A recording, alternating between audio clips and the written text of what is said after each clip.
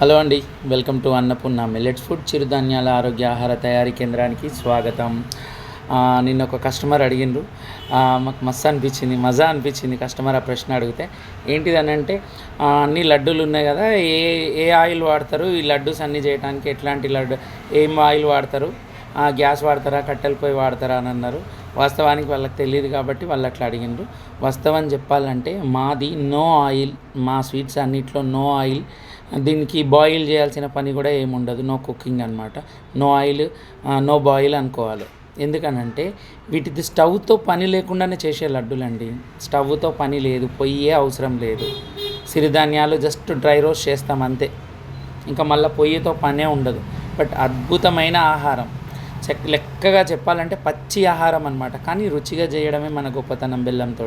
So పొయ్యితో పనే లేదు, no boil no oil, ఇదే చెప్తాను.